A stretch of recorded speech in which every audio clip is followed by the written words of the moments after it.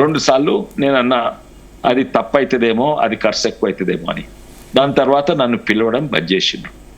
బుర్ర నర్సయ్య గారిని తర్వాత 2-3 సార్లు పిలిచిండ్రు, కానీ నన్ను పిలవడం బంద్ చేసిండ్రు. ఏ మీటింగ్ లో కూడా నేను ఈటల రాజేందర్ గారిని చూడలేదు. దాదాపు 8, 9, 10 నేను లెక్క పెట్టలేదు, కానీ మీటింగ్లకు పోయినా ఇది కేసీఆర్ చేంబర్లోనే. మీటింగ్ అంటే ఇది 1/2 అవర్ 1 అవర్ కాదు, 8 అవర్స్ 7 అవర్స్ 6 అవర్స్ 10 అవర్స్ అట్లా మీటింగ్. అండ్ నేను అనుకుంటా ఒకసారి హరీష్ రావు గారు వచ్చిండు. It is the pet project of KCR. పేరు నుంచి డిజైన్ నుంచి ప్రతి ఒక్కటి కేసీఆర్. అంబేద్కర్ పేరు తీసి కాళేశ్వరం పెట్టింది కేసీఆర్ గారే, అది పెట్టింది. కేవలం పేరు కాదు, అన్ని కూడా. ఓకే, సో ఈ బ్లేమ్ మొత్తం కూడా కేసీఆర్ కే ఉంటుంది. ఇంజనీర్ కానీ కాంట్రాక్ట్ కాళేశ్వరం ఆ ఇంజనీర్లను కూడా బ్లేమ్, నేను అది కూడా చెప్పిన. కేసీఆర్ తర్వాత ఇంకెవరినన్నా బ్లేమ్ చేయాలంటే ఇంజనీర్లను బ్లేమ్ చేయాలి. అంటే తందానా అనే ఇంజనీర్లను బ్లేమ్ చేయాలి. పెట్రా సంతకం అంటే భయపడి పెట్టిన ఇంజనీర్ను బ్లేమ్ చేయాలి. కానీ ఇంకెవరిని నేను అనుకో బహుశా ఐఏఎస్ ఆఫీసర్లను బ్లేమ్ చేయరాదు, లేకుంటే ఇంకా వేరే మంత్రులను, వేరే కేసీఆర్ కుటుంబ సభ్యులను, హరీష్ రావునో కొడుకునో బిడ్డనో బ్లేమ్ చేయరాదు. అండ్ ఏ మంత్రిని కూడా బ్లేమ్ చేయరాదు. 200%, ఎస్పెషల్లీ కాళేశ్వరం అయితే single person has taken all the decisions. మీరు అడగండి, ఎవరినన్ను అడగండి, తిమ్మల గారిని అడగండి, ఎవరినన్నా ఏలు పెట్టిస్తున్నా అని అడగండి.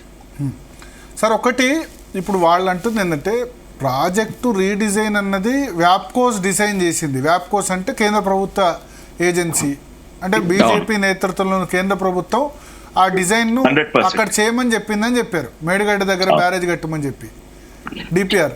సో మరి రెస్పాన్సిబిలిటీ కేంద్ర ప్రభుత్వాన్ని, సిడబ్ల్యూసీ ఏం చేస్తుంది? వాళ్ళు ఎందుకు యాక్సెప్ట్ చేశారు? ఒక్క నిమిషం అండి, మంచి ప్రశ్న అడిగిండ్రు. ఫస్ట్ ఆఫ్ ఆల్ వ్యాప్కో పేరు తెచ్చింది ఇంకా మంచిది. ఈ రోజు వ్యాప్కో మేనేజింగ్ డైరెక్టర్ ఎక్కడ ఉండని ఎవరైతే పర్మిషన్ ఇచ్చిండో ఎక్కడ ఉంది తెలుసా అండి?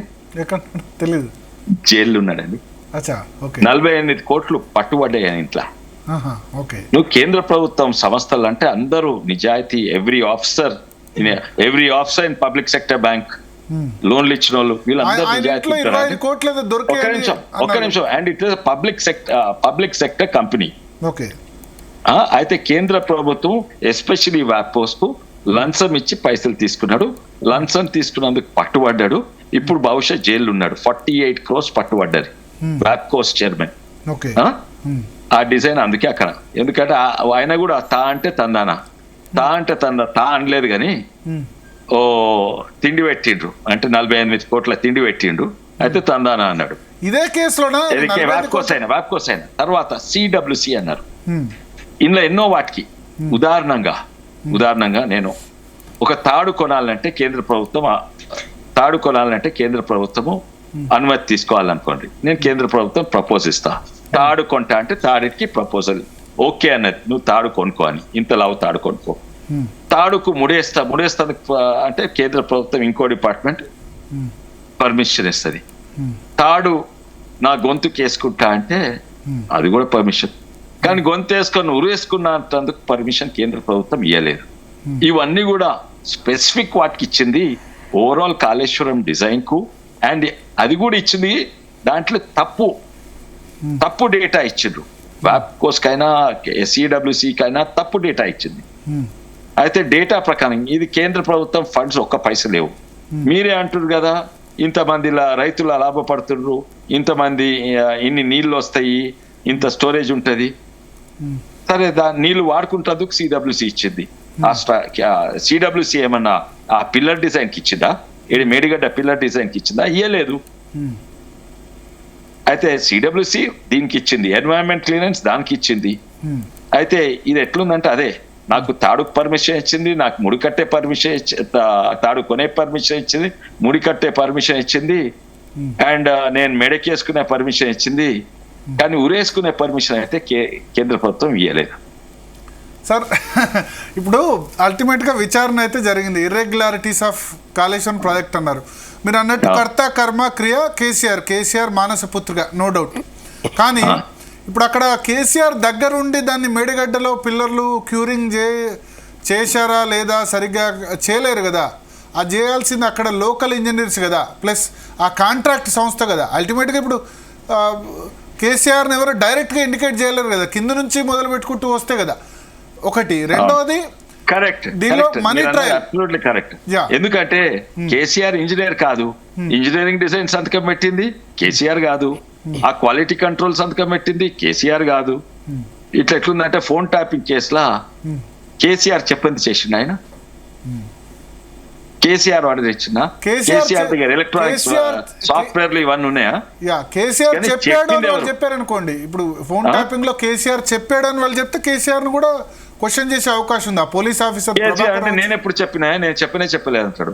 His word versus my word, ఆయన మాట వర్సెస్ నా మాట. సంతకం ఉందా కేసీఆర్ది? అందుకే సర్కమ్స్టాన్షియల్ ఎవిడెన్స్ ఇవన్నీ తీసుకోవాలి.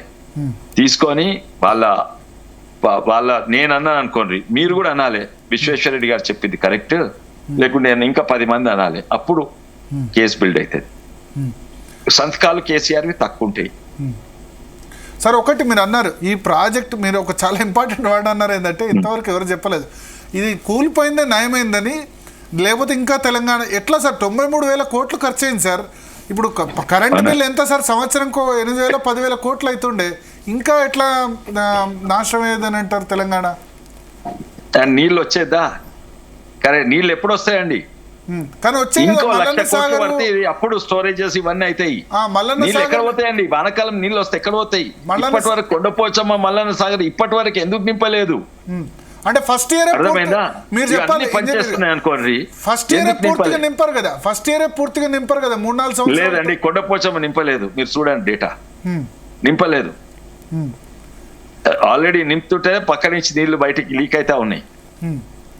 ఇంకోటి నింపుతందుకు ఎన్నో ప్రాబ్లమ్స్ ఉండే, technical including engineering, electrical engineering problems ఉండే, పంపింగ్ ప్రాబ్లమ్స్ ఎన్నో ఉండే. నేను డేటా తెప్పించిన ఇప్పటి వరకు కొండపోచమ్మా అంత పనిచేస్తున్నప్పుడే, నేను బాహుబలి పనిచేస్తున్నప్పుడే మల్లన్న సాగర్ నింపారు కదా, కొంత రంగనాయక సాగర్ నింపారు కదా, కొంత నింపిండ్రు. నాకు ఎగ్జాక్ట్ డేటా తెలియదు. నాకు తెలిసిన మల్లన్న సాగర్ నింపలేదు, కొండపోచమ్మ కూడా నింపిండ్రు. మాక్సిమం నింపింది సగం. డీటెయిల్స్ వాళ్ళు ఏమంటారంటే, మనకు వి ప్రకాష్ గారు కనుక జైన్ అయితే చెప్తారు, పీసీఆర్ ట్రై చేయండి. వాళ్ళు అనేది ఏంటంటే ఒకటే సంవత్సరం ప్రాజెక్టు పూర్తిగా నింపరు అంటారు. మీరు చెప్పాలి ఇంజనీర్, 50 టీఎంసీలు అయితే 50 టీఎంసీలు ఫస్ట్ ఇయర్ నింపరు, క్రమక్రమంగా నింపుకుంటూ పోతారు అని చెప్తున్నారు. Correct correct. బట్ ఎన్నేళ్ళు అయిందండి అదే? అంటే వాళ్ళ గవర్నమెంట్ 4 ఏళ్ళు అయిందా? బట్ అంటే మల్లన్న సాగర్, మేడి సాగర్ ఇది రిజర్వాయర్ ఎప్పుడు కూలిపోయింది? బాహుబలి పంపు 4 ఏళ్ళు అవుతుంది. 4 ఏళ్ళ 70% అని నింపాలి కదా. అంటే మల్లన్న సాగర్ కంప్లీట్ 22లో అయిందేమో, 21, 22 అనుకుంటా. అయినా నెక్స్ట్ ఇయరే కూలిపోయింది కదా ఇది. ఆ తర్వాత కాంగ్రెస్ గవర్నమెంట్ వచ్చింది. 22 కాదండి, అంతకన్నా ముందే అయింది. అంటే వి ప్రకాష్ గారు జాయిన్ అయ్యారు, అంతకన్నా ముందే అయింది. వి ప్రకాష్ గారు ఇప్పుడు మా ఇద్దరికి పంచాయతీ పెట్టిస్తావు భరత్. పంచాయతీ మేధావులు, మీరు ఇద్దరు తెలంగాణ మేధావులు. విశ్వేశ్వర రెడ్డి గారు మేధావి, తెలంగాణ మేధావి, ఎలక్ట్రికల్ ఇంజనీర్. నేను పార్టీ అఫిలియేషన్ పక్కన పెడితే నేను సపరేట్ అడుగుతా, ప్రకాష్ గారిని సపరేట్ అడుగుతా అన్నారు. అదే విన్నాను. మీరు అన్న కొన్ని ఆయన నాకు, ఎందుకంటే వి ప్రకాష్ గారు చెప్పారు ఏంటంటే ఫస్ట్ ఇయర్ ఫుల్ నింపరు, అది తప్పు అని చెప్పారు. కరెక్ట్, కాంట్రవర్సీ ఏం లేదు. విశ్వేశ్వర్ కూడా సపోర్ట్ చేస్తున్నాడు అది. ఎందుకంటే అది సెటిల్ కావాలి కదా. 1 ఇయర్ ఆఫ్టర్ ఇయర్ కొద్దిగా లెవెల్ పెంచుకుంటూ 3-4 ఇయర్స్ వరకు దాన్ని అచీవ్ అవుతారు. బట్ రేవంత్ రెడ్డి గారు వచ్చాక ఎక్కువగా పంపింగ్ చేయలేదు అందులోకి. ఎల్లంపల్లి ద్వారా గ్రావిటీతో వచ్చే వాటర్ ఉంటుంది, మిడ్ మానేర్ ద్వారా వచ్చేది ఉంటుంది. అంటే ఇప్పుడు శ్రీరామ్ సాగర్ నుంచి నేరుగా వరద కాలువ ద్వారా ఎటువంటి లిఫ్ట్ లేకుండా మిడ్ మానేర్ వరకు నీళ్లు వస్తాయి వరద వచ్చినప్పుడు. అంటే లాస్ట్ ఇయర్ కూడా వర్షాలు బాగుపడ్డాయి, అంతకుముందు ఇయర్ కూడా వర్షాలు బాగుపడ్డాయి. కాబట్టి ఆ నీళ్ళని నేరుగా ఏం చేస్తారంటే మిడ్ మానేర్ నుంచి అనంత్ సాగర్ కి, అక్కడ నుంచి రంగనాయక సాగర్, అక్కడ నుంచి కొండపోచమ్మ. ఒక పాయింట్ చెప్పారు, కొండపోచమ్మ సాగర్ దగ్గర నీళ్లు ఉబికొస్తున్నాయని చెప్పారు విశ్వేశ్వర రెడ్డి గారు. చాలా ఇంపార్టెంట్ పాయింట్. అంటే ఇదే అందరికి తెలుసు, ఎందుకంటే విశ్వేశ్వర్ కూడా నాలెడ్జ్ ఉంది కాబట్టి ప్రతి ఒక్కరికి కూడా తెలుస్తుంది. ఎందుకంటే మనము వాటర్ లెవెల్ అనేది పైదాకా నింపినప్పుడు డెఫినెట్ గా గ్రౌండ్ వాటర్ అనేది ఫౌంటైన్ లాగా తన్నుకొని వస్తుంది. అది చాలా దిక్కుల ఎక్కడైతే రిజర్వాయర్స్ కట్టారో అన్ని దిక్కుల కూడా అది కనబడ్డది మనకు. బట్ దాన్ని మనం ఏం చేయలేము, ఎందుకంటే స్టోరేజ్ చాలా అవసరం మనకి. ఆ అవసరం కాబట్టి మనం దాన్ని ఏ లెవెల్కి అయితే నింపితే మనకు అవసరమో ఆ లెవెల్ వరకు నింపుతారు. ఇప్పుడైతే ప్రాబ్లం ఉండదు నాకు తెలిసి. ఇప్పుడు 4 ఇయర్స్ అయింది కాబట్టి మల్లన్న సాగర్ అయినా కొండపోచమ్మ అయినా నింపుకొని పెట్టుకోవచ్చు.